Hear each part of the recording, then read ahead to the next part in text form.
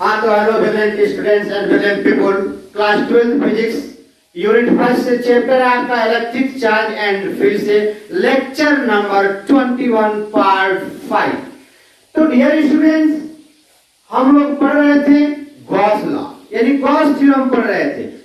तो Gauss theorem में हम लोग क्या कर रहे थे, गॉस थ्योरम के हेल्प से इलेक्ट्रिक फील्ड इंटेंसिटी को फाइंड कर रहे थे। तो आज के लेक्चर में हम गॉस लॉ के हेल्प से इलेक्ट्रिक फील्ड फाइंड करेंगे due to a large plane sheet या due to infinite uniformly charge plane sheet के कारण इलेक्ट्रिक फील्ड फाइंड करेंगे due to help of Gauss theorem. तो आइए डियर स्टूडेंट्स, इसके बिफोर लेक्चर में हमने गॉस थ्योरम का हेल्प किया था और उस गॉस थ्योरम के हेल्प से इलेक्ट्रिक फील्ड फाइंड किया था किसके कारण, due to a large infinite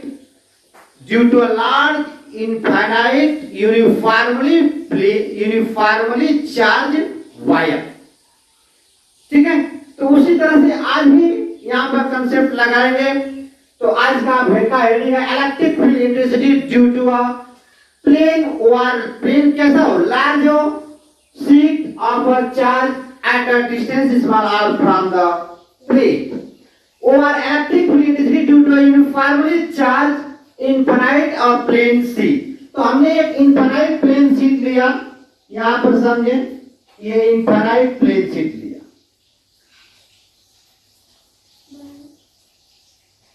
ठीक है, ये इनफाइनाइट प्लेन शीट है। Consider a infinite plane sheet are given a plus q charge, then plus q charge are redistribution uniformly of plane sheet. जब इसको प्लस q चार्ज हम लोग देंगे तो प्लस q चार्ज यूनिफॉर्मली क्या हो जाएगा, इस प्लेन शीट पे रीडिस्ट्रीब्यूट हो जाएगा, चारों तरफ फैल जाएगा। अब इससे इस प्लेन शीट से स्मॉल r डिस्टेंस पर हमें कैलकुलेट करना है इलेक्ट्रिक फील्ड इंटेंसिटी। ध्यान से समझिए। और यह जो प्लेन शीट है वह प्लेन शीट इस ब्लैक बोर्ड के क्या है, परपेंडिकुलर है। जैसे देखिए, ये एक शीट है, 2D सरफेस है, इस पर अगर चार्ज दिया जाएगा, वन लेयर का है, ओनली वन लेयर, इसे वन लेयर आप जूम कीजिए, ध्यान समझिए। और इस पर जब प्लस q चार्ज देंगे तो प्लस q चार्ज इस सरफेस पर क्या हो जाएगा, रीडिस्ट्रीब्यूट हो जाएगा, यूनिफॉर्मली रीडिस्ट्रीब्यूट हो जाएगा। इस प्लस चार्ज शीट के कारण इलेक्ट्रिक फील्ड इंटेंसिटी अगर आप राइट साइड देखते हैं तो 2 अवे होगी, आप लेफ्ट साइड देखते हैं तो भी क्या होगी, 2 अवे होगी। अब हम लोग इसको यूज करते हुए फाइंड करते हैं, ध्यान समझें। और यहां से सेम डिस्टेंस हमने इधर ले लिया और सेम डिस्टेंस ये भी ले लिया, सेम डिस्टेंस, ये आपका सेम डिस्टेंस, यानी इस प्लेन शीट से, और ये प्लेन शीट कैसा है, इनफाइनाइट, इधर प्लस इधर मान ले माइनस। तो आप ध्यान दें, ये हमारे पास सेम डिस्टेंस, इस पोजीशन से सेम डिस्टेंस पर ये पॉइंट माना और यहां से इधर लेफ्ट साइड में सेम डिस्टेंस लिया। अब देखिए, इसका एरिया आप ए मान लें, प्लेन शीट का एरिया क्या है, ए है। तो यहां पर सरफेस चार्ज डेंसिटी किससे रिप्रेजेंट करते हैं, सिग्मा से। तो sigma is equal to formula होता है, क्या होता है, charge per unit area. Charge per unit formula होता है क्या, एरिया। जैसे अब इनफाइनाइट प्लेन शीट है, तो इनफाइनाइट प्लेन शीट का चार्ज हम कंसीडर नहीं कर सकते हैं, तो हम किसका हेल्प लेंगे, सिग्मा का। सिग्मा है क्या आपका, surface charge density is equal to q upon a। q जो है टोटल चार्ज शीट का, कैपिटल Q ले सकते हैं या स्मॉल q, हमने यहाँ पे स्मॉल q कंसीडर किया। तो sigma is equal to q upon a, तो q इज इक्वल टू हम लिख सकते हैं सिग्मा इंटू a। ये चीजें हमको, क्योंकि 1 मीटर एरिया का सरफेस चार्ज डेंसिटी 1 सिग्मा है, तो 2 मीटर एरिया का surface charge density 2 sigma, 3 metre metre area का 3 मीटर एरिया का सरफेस चार्ज डेंसिटी 3 सिग्मा, तो इसलिए हम यहाँ पर Q को कंसीडर नहीं कर पाएंगे, जिसके लिए हम किसका हेल्प ले रहे हैं, सरफेस चार्ज डेंसिटी का। इसके बिफोर हम लोग किसका हेल्प लिए थे, लीनियर चार्ज डेंसिटी का, lambda equal to charge per unit length use किए थे इनफाइनाइट यूनिफॉर्मली चार्ज वायर के लिए। उसी तरह यहाँ पर हम सरफेस चार्ज डेंसिटी यूज कर रहे हैं। Surface charge density defined as the charge per unit area. अब ध्यान दें, Q अपन S भी हो सकता है, ठीक है। हमने एरिया एक एरिया पर आप S भी ले सकते हैं, ठीक है। अब देखिए यहां से, अब ये मेरे पास प्लेन शीट है, इस प्लेन शीट के कारण इधर क्या होगा, इंटेंसिटी 2 अवे होगी, इधर भी इंटेंसिटी क्या होगी, 2 अवे होगी। तो अब इससे इस r डिस्टेंस पर हमने एक इमेजिनरी लाइन माना। क्या माना, इमेजिनरी लाइन माना। This imaginary lines are called Gaussian surface. जिस सरफेस पर चार्ज नहीं है उस सरफेस को हम लोग गॉसियन सरफेस बोलते हैं। तो यहाँ हमने एक इमेजिनरी लाइन ले लिया, ये देखिए, और ये पॉइंट है, यहां पर भी हमने ये बनाया।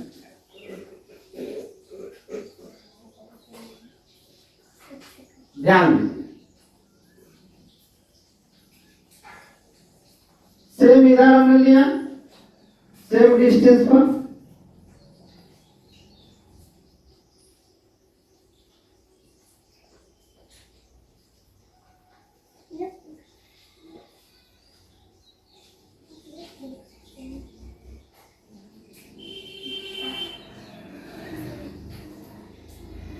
ये देखिए ये पॉइंट। अब इसमें सेम डिस्टेंस लिया, थोड़ा सा छोटा हो गया है तो बड़ा कर लेते हैं।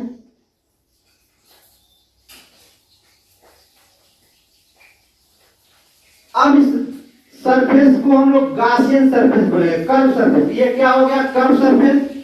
और इस कर्व सरफेस का area always normal to the surface. कहीं भी आप देखें, यहाँ पर देखें तो एरिया क्या हो जाएगी, नॉर्मल टू द सरफेस। इस प्लेन शीट का इलेक्ट्रिक फील्ड इंटेंसिटी किधर जाएगी, to away the plane sheet, to away the plane sheet, इधर जाएगी। इधर देखें तो इंटेंसिटी किधर जाएगी, इधर जाएगी। ध्यान से समझिए, नहीं इंटेंसिटी तो इधर ही जाएगी ना, तो एरिया वेक्टर जाएगा ना। नहीं, एरिया वेक्टर समझिए, ये प्लेन शीट है, वन लेयर का है, तो इस पर चार्ज है आपका। तो जब चार्ज है तो इस प्लस चार्ज का इधर भी इंटेंसिटी होगी, और इस प्लस चार्ज का इंटेंसिटी इधर भी होगी, इधर भी 2 अवे होगी, इधर भी क्या होगी, 2 अवे होगी। तो इस प्लेन शीट के कारण इंटेंसिटी इधर भी होगी और इंटेंसिटी इधर भी होगी, ठीक है। और एरिया वेक्टर को बताया गया था कि always perpendicular to the surface, always normal to the surface. ये आपका एरिया वेक्टर हो गया, ये एरिया वेक्टर हो गया। और यहाँ पर अगर इस्तेमाल लेते हैं, इस्तेमाल, तो ये DA वेक्टर हो गया। और यहाँ पर हो गया इलेक्ट्रिक फील्ड इंटेंसिटी। तो इलेक्ट्रिक फील्ड इंटेंसिटी और एरिया के बिटवीन एंगल क्या होगा, theta equal to 0 degree. Area vector always normal to the surface. तो यह गॉसियन सरफेस, ये क्या है हमारा, गॉसियन सरफेस है, गॉसियन सरफेस। गॉसियन सरफेस पर को और हम लोग क्या बोल सकते हैं, सिमेट्रिकली लाइन। यानी सिमेट्रिकल लाइन तो कहीं पर देखेंगे तो इलेक्ट्रिक फील्ड क्या मिलेगा आपको, सेम मिलेगा। These symmetrical lines are called Gaussian surface. The Gaussian surface divided into 3 parts. First region, second region, ये इधर फर्स्ट रीजन हो गया, और ये शीट के कारण इधर हो गया सेकंड रीजन। और इसको मान ले थर्ड रीजन, कर्व सरफेस पर कहीं भी थर्ड रीजन मान ले, यहाँ मान ले थर्ड रीजन। ये फर्स्ट हो गया, ये सेकंड हो गया, ये थर्ड, कहीं पर भी थर्ड रीजन मान सकते हैं। अब ध्यान दें, एक बार और समझाता हूं। ये हम लोग का प्लेन शीट है, इस प्लेन शीट के कारण हम लोग इधर r डिस्टेंस पर लिया हमने। तो जब r डिस्टेंस पर हमने लिया तो ये हो गया एक सरफेस, तो इस सरफेस का एरिया वेक्टर क्या होगा? नॉर्मल टू द सरफेस या perpendicular to the this surface. यानी रीजन इसको माना हमने सेकेंड, सिमिलरली इधर रीजन माना हमने फर्स्ट। तो इस फर्स्ट रीजन पर एरिया वेक्टर इधर होगा नॉर्मल टू द सरफेस और इंटेंसिटी भी इधर होगी।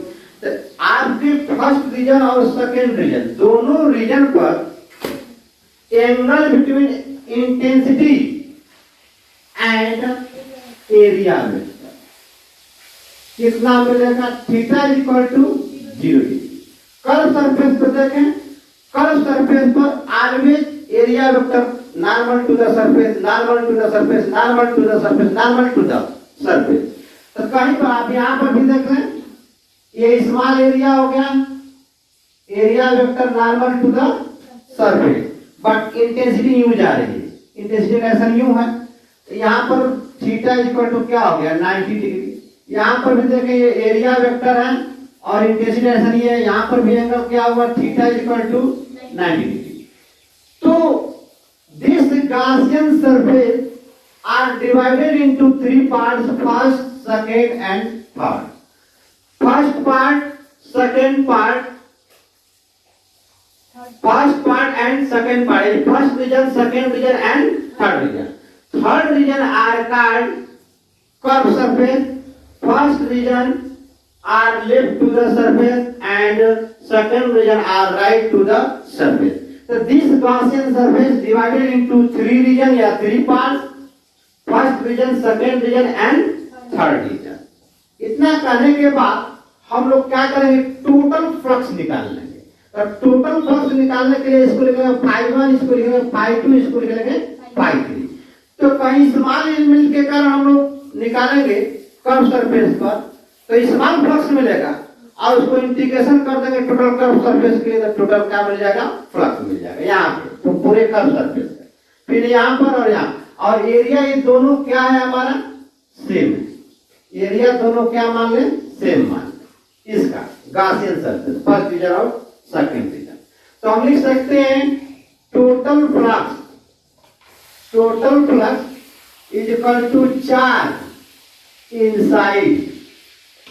गॉस थ्योरम का डिफिनेशन होता है 1/ε0 time the total charge small q include by the Gaussian surface. Gaussian surface पे चार्ज इतना ही ना है आपका, यही हम लोग Gaussian सरफेस माने। तो इसका एरिया क्या मान ले? a। क्या मान सकते हैं? a। इसका हम सरफेस चार्ज डेंसिटी निकालना चाहते हैं, तो सिग्मा इज इक्वल टू मिला q upon a। q upon a मिला तो चार्ज कितना हुआ? q is equal to sigma into a। अब ये सिग्मा इंटू a मिल गया, इसका Gaussian सरफेस का क्या मिल गया? एरिया। अब ध्यान दें, तो इस total flux is equal to 1/ε0 times the total charge small q include by the Gaussian surface. तो इतना ही सरफेस में हमारा टोटल चार्ज कितना हुआ, हम इसका यूज करेंगे। Surface charge is equal to q upon a, तो q is equal to sigma into a। तो total charge include by the Gaussian surface कितना मिला? सिग्मा इनटू a मिला। और यह Gaussian सरफेस के अंदर चार्ज कितना है, यानी इनसाइड। क्या हो गया? इनसाइड। अब ध्यान दें, is equal to line integral total Gaussian surface, formula होता है E vector dot D vector. इसको हम मान लेंगे इक्वेशन फर्स्ट। इसको बोले total Gaussian, line integral total Gaussian surface E vector dot D vector. अब Gaussian सरफेस को 3 पार्ट में डिवाइड किया हमने। कितने पार्ट में? 3 पार्ट में। एक रीजन फर्स्ट माना, रीजन सेकंड और रीजन थर्ड। तो हम क्या कर सकते हैं कि टोटल फ्लक्स डिफाइन करने के लिए line integral total Gaussian surface E vector dot dA vector लिखेंगे is equal to line integral region first E vector dot क्या लिख सकते हैं? dA vector plus line integral region second E vector dot dA vector plus line integral region third or card curve surface E vector dot क्या लिखेंगे? dA vector. I hope इतनी बात समझ में आ गया। अब देखिए, but in region first and second. First region और सेकेंड रीजन को देखें, फर्स्ट सरफेस और सेकेंड सरफेस पर देखें, तो angle between E vector and D vector theta is equal to 0 degree. तो यूज करेंगे तो cos 0 इक्वल टू क्या हो जाएगा, 1 हो जाएगा। और यहाँ पर थर्ड रीजन पर ऐसे देखें, इन region first second and third. अब एंगल यूज करेंगे, क्या करेंगे, एंगल यूज करेंगे। फर्स्ट रीजन पे, फर्स्ट रीजन पे क्या हो रहा है, एंगल ई और एरिया के बिटवीन 0 डिग्री। सेकेंड पर क्या हो रहा है, 0 degree. Same phase, same direction, parallel जा रहा है। यहाँ पर एक दूसरे के क्या है, परपेंडिकुलर। इंटेंसिटी यूं जा रही है, एरिया वेक्टर यूं जा रहा है। यहाँ पर भी देखें, एरिया वेक्टर यूं है, इंटेंसिटी यूं है। ये कर्व सरफेस मान लीजिए हमारा कर्व सरफेस है, एरिया वेक्टर यू होगा, इंटेंसिटी यू होगी, तो एंगल कितना बन जाएगा, 90 डिग्री। एंगल कितना बनेगा, 90। ये एरिया वेक्टर और ये इंटेंसिटी। आप यहाँ देखें तो एरिया वेक्टर यू हो जाएगा, इंटेंसिटी यू हो जाएगी, 90 डिग्री। कहीं पर देखें, कहीं पर आप देखें, ठीक है। तो इन रीजन फर्स्ट और सेकेंड का हम अगर यूज करते हैं, इन region first and second, angle between E vector and D vector, E vector and D vector theta is equal to 0 degree. Then line theta of region first EDA cos क्या लिख सकते हैं, 0 डिग्री। तो cos 0 equal to क्या हो जाएगा, 1 हो जाएगा। तो इसकी वैल्यू मिल जाएगा E इंटू DA। इतनी बात समझ में आया। इसको हमने मान लिया इक्वेशन सेकेंड, इसको मान लेंगे इक्वेशन थर्ड। फिर लिखेंगे लाइन इंटीग्रल रीजन सेकेंड, इसके जगह पर क्या लिख सकते हैं, E vector dot D vector is equal to line integral region second. और सेकेंड रीजन ये है, इंटेंसिटी हर जगह क्या है, कांस्टेंट है। तो इंटेंसिटी को बाहर मान लें, क्यों कि इस चार्ज वायर के कारण इस पॉइंट पर, कहीं किसी भी पॉइंट पर देखेंगे तो Q अपॉन R का square electric field due two point charge. तो इंटेंसिटी हमारा क्या होगी, कांस्टेंट होगी। लेकिन हम यहाँ लिखते हैं E DA cos 0 degree use करेंगे, cos 0 इक्वल टू 1 होगा और E बाहर ले लें क्योंकि कांस्टेंट होगी। तो line integral region second into हमने क्या लिखा, DA। ये हो गया इक्वेशन 4। अब ध्यान दें, ये दोनों का से सरफेस रीजन फर्स्ट और रीजन सेकेंड दोनों का टोटल एरिया क्या है, ए है। टोटल एरिया क्या है, ए है। तो इसके जगह हम लिखेंगे integration of region first into DA is equal to integration of region second into DA is equal to क्या लिखेंगे, total area of the region first and second. तो फर्स्ट और सेकेंड दोनों जगह हम क्या कर लें, यूज कर लें line integral region first into D is equal to A, line integral region second, line integral region second into D is equal to A. तो यहाँ पर अगर हम यूज करते हैं और यूज करते हैं तो ये मिलेगा ई इंटू ए। इसको लिख देते हैं इक्वेशन थर्ड। तो आप यहाँ ना लिखकर नीचे लिखेंगे, यहाँ पर हम लोग का क्या आया है, cos 0 इक्वल टू 1 हो गया और ये हो गया E इंटू डी, ये हो गया इक्वेशन थर्ड। तो ये वैल्यू यूज करें इक्वेशन थर्ड और फोर्थ में। आप तो यूज करेंगे तो क्या मिलेगा, line integral region first E vector dot D vector equal to मिल जाएगा E इंटू ए। ठीक, अब line integral region second E vector dot D vector equal to क्या मिल जाएगा, E इंटू ए मिल जाएगा। ठीक है, तो E इंटू ए मिल गया। अब इसको हम मान लें, ये फोर्थ है तो इसको मान लें फिफ्थ, इसको मान लेंगे क्या, six.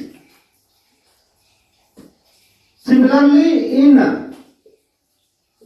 Reason third are also known as curve surface. क्या है हमारा, कर्व सरफेस। तो रीजन सेकेंड में, रीजन थर्ड में एंगल बिटवीन, ध्यान दें, E vector and dA vector. Theta equal to क्या मिल रहा है आपका 90 डिग्री मिल रहा है। तो थीटा इक्वल टू 90 डिग्री मिला, तो अगर हम रीजन लाइन दिखाओ region third E vector dot dA vector लिखता हूं तो ये हो जाएगा लाइन दिखाओ region third E dA cos 90 degree. इसकी वैल्यू क्या आ जाएगी 0। तो ये हो गया इक्वेशन 7 हो गया। अब इक्वेशन 5 4 7 को यूज करेंगे इक्वेशन सेकंड में। तो from equation first from equation 4 5 7 and second become क्या लिखता हूं from equation second 5 4 6 and 7 becomes use करेंगे। तो ध्यान दें ये वैल्यू क्या हो जा रहा है e इंटू ए, ये वैल्यू क्या हो जा रहा है e इंटू ए, यानी e इंटू ए प्लस e इंटू ए, और ये वैल्यू क्या हो जा रही है 0। देखिए यहाँ ये हो गया 0, और यहाँ पर हमारा मिला लाइन का टोटल गॉसियन सरफेस यार E vector dot D vector equal to Q upon epsilon. यहाँ पर हमने लिखा क्यू अपॉन एप्सिलॉन। क्यू क्या है inside the close surface. Inside the close surface किसको मानेंगे गॉसियन सरफेस के इनसाइड जो चार्ज है। हमने आपको बताया था कि कोई भी सरफेस है 3D है, 3D के बाहर अगर कोई चार्ज है तो वह कोई फ्लक्स प्रोड्यूस नहीं करेगा। अब देखिए इसको हम लिख सकते हैं 2EA। अब चार्ज एप्सिलॉन नॉट, चार्ज को हम यहाँ बता दिए inside the Gaussian surface charge क्या है सिग्मा इंटू ए। तो इसके जगह पर रखेंगे sigma into A upon epsilon not equal to 2EA। A से ए क्या हो गया cancel. E is equal to क्या मिला sigma upon 2 epsilon not. E is equal to क्या मिला सिग्मा अपॉन 2 एप्सिलॉन नॉट। अब देखिए यहाँ पर जो रिजल्ट लास्ट में हमारा मिल रहा है इंटेंसिटी का, उस रिजल्ट को आप देखें कहीं भी डिस्टेंस नहीं आया, कहीं पर डिस्टेंस नहीं आया। हम अगर यहाँ पॉइंट यहाँ भी मान लेते तो भी फॉर्मूला यही आता। हम यहाँ पर पॉइंट या ये रीजन सेकंड यहाँ मान लिया, रीजन फर्स्ट यहाँ मान लेते हैं तो भी इंटेंसिटी का फॉर्मूला यही आएगा। आई बात समझ में। अगर मान लीजिए ये पॉइंट हमने यहाँ मान लिया और ये क्या है इसके कंपैरिजन में ये डिस्टेंस क्या है बहुत लार्ज है। रिलेशन देखिए इस प्लेन शीट का डिस्टेंस क्या है बहुत लार्ज है। तो अगर मान लीजिए आप इस ब्लैक बोर्ड के पास आकर यहाँ से नजर लगाकर देखेंगे तो आपको लगेगा कि ये प्लेन शीट क्या है, ये प्लेन ब्लैक बोर्ड क्या है इनफाइनाइट। तो ये बनाने का मतलब ये हुआ कि हमने इसको ऐसा बनाया ताकि आप समझ सकें ये जो इनफाइनाइट प्लेन शीट है इस डिस्टेंस के कंपैरिजन में ये क्या है वेरी लार्ज है। इसलिए हमने लिखा जो प्लेन शीट है वो कैसा है लार्ज है। ये लार्ज की तरफ हम क्या यूज कर सकते हैं इनफाइनाइट प्लेन शीट। और यहाँ पर intensity is not depend upon distance. Intensity it is independent of small r distance from a infinite plane sheet। infinite plane sheet कोई भी infinite plane sheet हो उससे देखा यहाँ पर फॉर्मूला क्या आएगा सेम आएगा, क्योंकि intensity it is independent of r पर डिपेंड नहीं होगा। यानी वैलिड फॉर, इसलिए हम लोग कह सकते हैं कि it is valid for small r compare to distance of infinite compare to distance of plane sheet. Plane sheet के कंपेयर में प्लेन शीट के डिस्टेंस के कंपेयर में स्मॉल r क्या है वेरी लार्ज है। इसलिए हम इस शीट को क्या बोल रहे हैं प्लेन लार्ज शीट और इनफाइनाइट प्लेन शीट बोल रहे हैं। आई होप इतनी बात समझ में आ गया। अब देखिए ये इंटेंसिटी ये इतना हमारे पास इतना ही एरिया है, तो इस एरिया में चार्ज कितना है तो हमने यूज किया surface charge surface charge density charge per unit area. तो अब इतने एरिया में चार्ज कितना है, सिग्मा इनटू ए। तो इसके तरफ इसलिए हमने लिखा गया चार्ज क्या है, इनसाइड द गॉसियन सर्फेस। आ कांसेप्ट भी होता है फ्लक्स का कि 1/ε0 total charge small q include by the Gaussian surface. Gaussian surface के अंदर कितना चार्ज है उसको देखना है। तो इनफाइनाइट प्लेन से अगर हम लोग चार्ज फाइंड नहीं कर सकते हैं, इसलिए हम किसका हेल्प लिया, हमने लीनियर चार्ज डेंसिटी का हेल्प लिया। आइए और देखिए surface charge density, sorry surface charge density का यूनिट किया। अब ये क्या है, हमारे पास एक प्लेट है, प्लेन शीट है। तो इस शीट के कारण अगर यहाँ पर देखें तो इंटेंसिटी इधर जाएगी 2 यहाँ पर भी देखें तो इंटेंसिटी किधर जाएगी 2। ठीक है, तो अगर हम इसको लिखते हैं वेक्टर के फॉर्म में, E vector is equal to sigma upon 2ε0 into n। n का क्या बता रहा है, डायरेक्शन बता रहा है। Where n cap is unit vector perpendicular, ये कर्व सरफेस का ये रीजन क्या है, सेकंड है, इधर का था, फर्स्ट था। तो इस गॉसियन सरफेस, इस गॉसियन सरफेस का ये वाला रीजन सेकंड रीजन पर इंटेंसिटी यूं जा रही है। तो वो इंटेंसिटी सरफेस से क्या है, परपेंडिकुलर है। तो where n cap is unit vector perpendicular this surface perpendicular to a plane of the sheet passing away from it। इतनी बात हो गया, जल्दी से नोट करें। तो इस पर हम क्वेश्चन कैसे उठाता है मैं उस पॉइंट को बताता हूं, जल्दी नोट करें।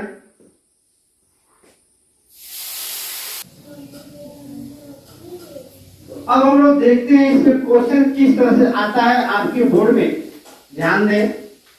मैं इसे मिटा देता हूं।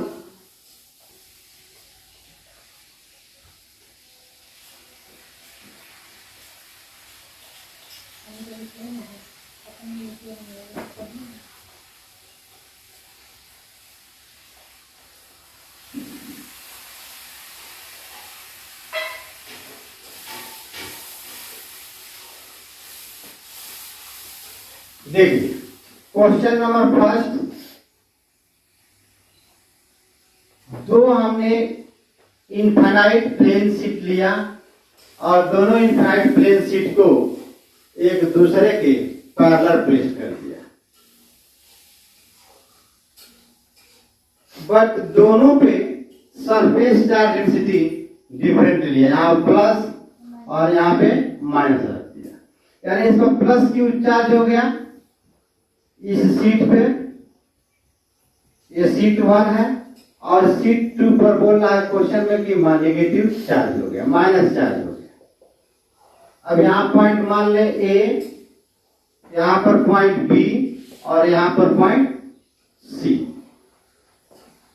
ये पॉइंट थोड़ा छोटा हो गया है, चलिए ये पॉइंट हो गया हम लोग का सी। क्वेश्चन में कह रहा है कि find out net electric field intensity, find out net electric field intensity at point A B and C. A B और सी पर नेट इंटेंसिटी पूछा है।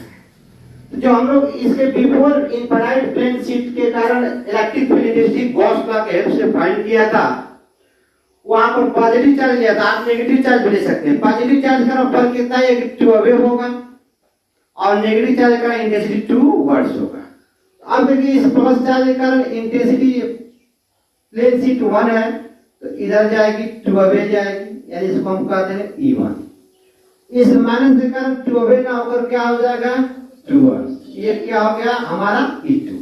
माइनस क्या होगा अपने तरफ लेकर, EA और EB भी बोल सकते हैं ना उसको। नहीं तो ए बी सी हम रखे हैं तो इसको ए बी नहीं तो पी क्यू बोल सकते हैं।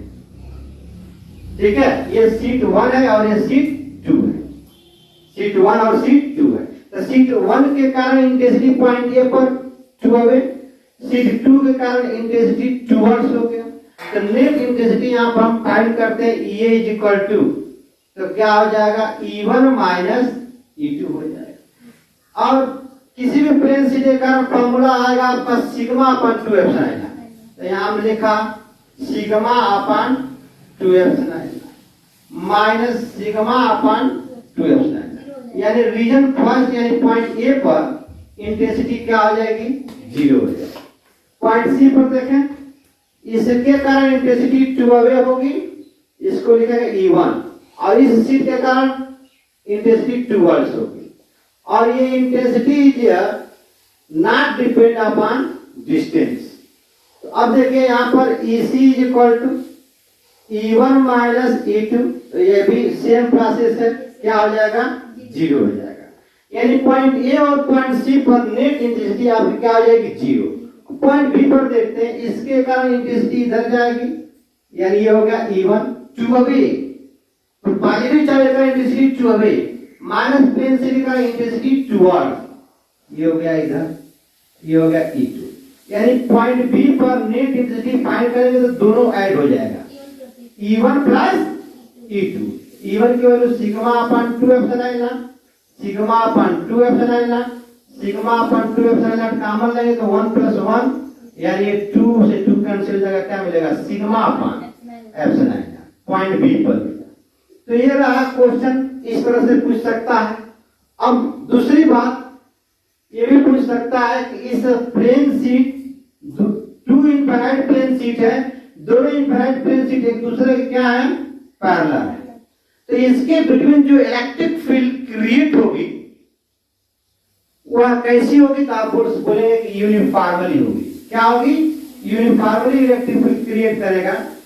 जैसे यहाँ पर एक प्लेन शीट ये हो गया पॉजिटिव और एक प्लेन शीट यहाँ पर नेगेटिव हो गया, इस पे माइनस चार्ज है, इस पर क्या है प्लस चार्ज। तो प्लस चार्ज शीट से पॉजिटिव प्लेन शीट से इलेक्ट्रिक फील्ड अपीयर होगी, और माइनस की तरफ क्या होगी टर्मिनेट होगी, माइनस की तरफ क्या होगी टर्मिनेट होगी। और यह इलेक्ट्रिक फील्ड जो टर्मिनेट होगी यह कैसा होगी यूनिफॉर्मली होगी, यूनिफॉर्मली यानी इक्वल डिस्टेंस पे होंगे। और इलेक्ट्रिक एनर्जी बॉन्डेड होगा, यानी यह एनर्जी यहाँ पर बंधी हुई होगी दोनों प्लेटों के बीच में।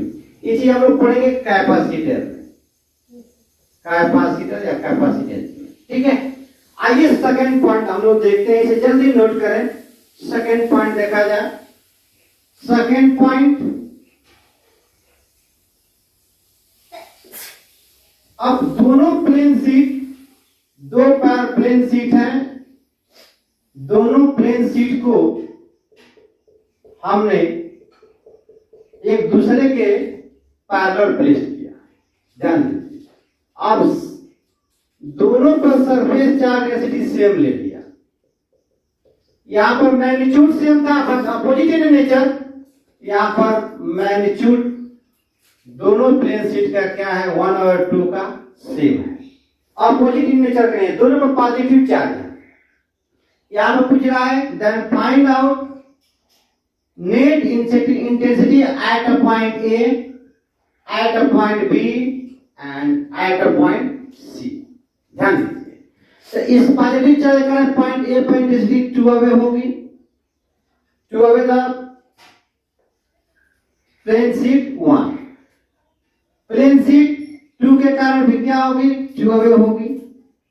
यहाँ पे यहाँ देखिए, इसके कारण इंटेंसिटी इधर जाएगी E1, इसके कारण इंटेंसिटी इधर जाएगी E2, equal but opposite in nature, B region पे इंटेंसिटी क्या आ जाएगी तो 0 आ जाएगी। पॉइंट सी पर देखिए, इस सेकंड के कारण इंटेंसिटी 2 अवे, तो फर्स्ट के कारण भी क्या होगी 2 अवे होगी, ये हो जाएगा E1। तो सी पर हम इंटेंसिटी निकालेंगे तो लिखेंगे E1 प्लस E2, E1 की value sigma upon 2 epsilon not, E2 की value sigma upon 2 epsilon not, ठीक है। प्लेन शीट के कारण जो इंटेंसिटी का फॉर्मूला आता है वह डिस्टेंस पर डिपेंड नहीं करता, ये क्या मिल जाएगा sigma upon epsilon not, sigma upon 2 epsilon not common लेंगे तो 1 प्लस 1 2, 2 से 2 कैंसिल हो जाएगा। सेम यहाँ पर भी आएगा इंटेंसिटी आपका पॉइंट ए पर सिग्मा अपन एप्सिलॉन नॉट। तीसरा पॉइंट देखिए, तीसरा पॉइंट क्या कहता है, नोट करते चले, इसे मैं मिटा देता हूं।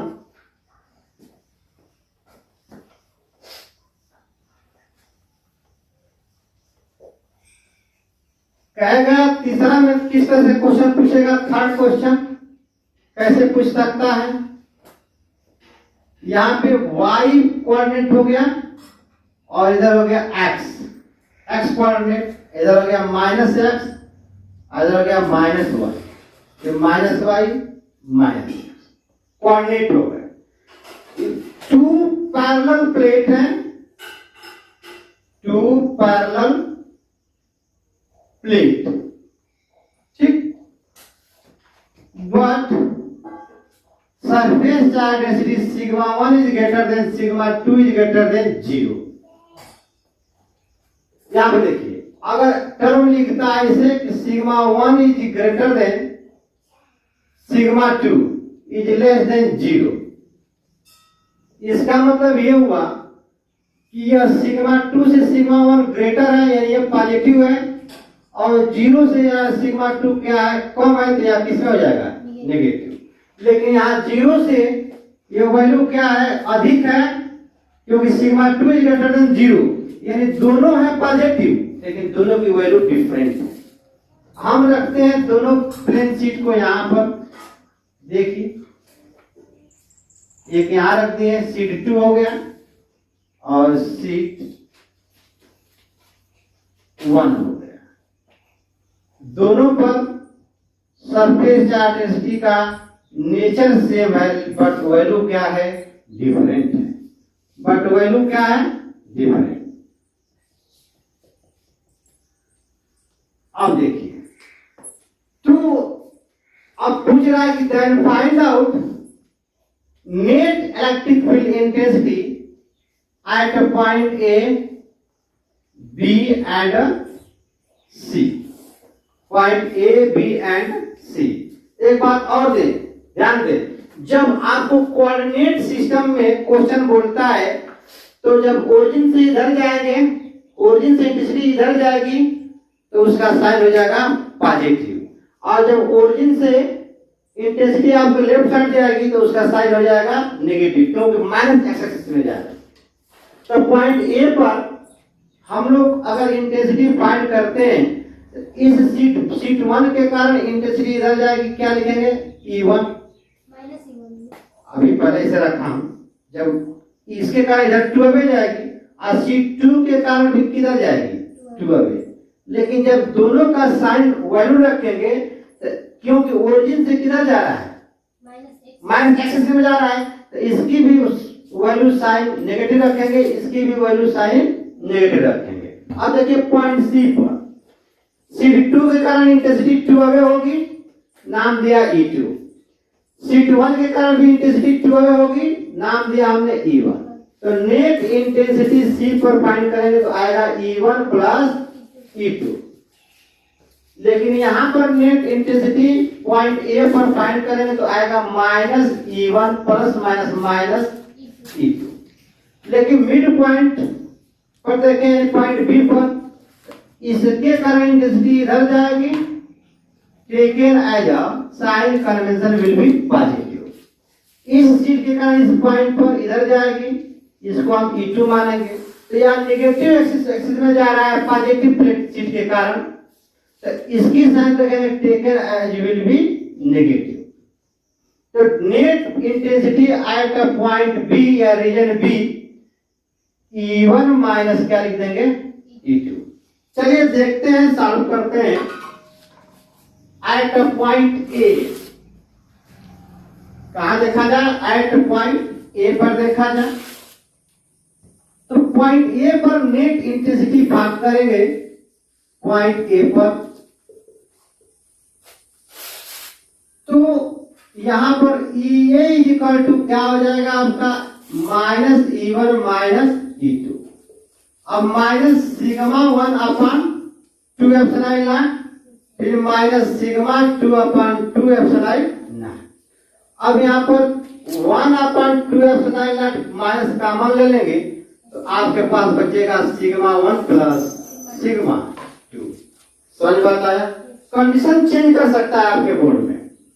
पॉइंट बी पर mid point the two sheet, point B पर आप देखें, पॉइंट बी पर net intensity EB is equal to E1 minus E2। ये माइनस समझ में आ रहा है ना? है? ये जब निगेटिव एक्सिस में जाएगा, निगेटिव एक्सिस में, तो उसकी साइन क्या लेंगे आप? नेगेटिव। जो पॉजिटिव एक्सिस में जाएगा तो उसका साइन क्या लेंगे? पॉजिटिव। E1 जा रहा है along the X axis, sigma 1 upon 2 epsilon plus होगा, लेकिन यहाँ पर पहले तो प्लस रखेंगे ना, लेकिन वो किधर जा रहा है? माइनस ना, एक्स एक्सिस में जा रहा है तो minus sigma 2 upon 2 epsilon not plus minus minus E1 minus minus E2 रहेगा ना, E1 माइनस और ब्रैकेट में माइनस E2। नहीं, ये इसके कारण इस अलोंग द एक्सिस डिस्टेंस पर डिपेंड तो कर नहीं रहा है। डिस्टेंस हाँ, मतलब अपोजिट साइड है तो E1 माइनस E2। E1 जो है एक्स एक्सिस में जा रहा है तो प्लस कर लेंगे E1 के लिए, और E2 इस सीट के कारण E2 इधर जा रहा है, इधर जा रहा है along the minus x axis. ठीक है, तो इसलिए E2 का साइन क्या रखेंगे? माइनस। तो वहाँ प्लस की जगह माइनस होगा ना? कहाँ पे? वहाँ पे यहाँ पे नहीं, वहाँ E1 sigma 1 upon 2 epsilon net के लिए प्लस लगाएंगे, नेट के लिए क्या लगाएंगे? प्लस। अब प्लस माइनस करेंगे आप तो क्या आ जाएगा? माइनस। ठीक है, तो यहाँ पर हम कॉमन लेंगे 2 एप्सिलॉन नॉट, सिग्मा 1 माइनस क्या मिल जाएगा? सिग्मा 2। नहीं समझ में आया? या डायरेक्ट आप ऐसे लगा। ठीक, अब हम देखते हैं पॉइंट सी पर।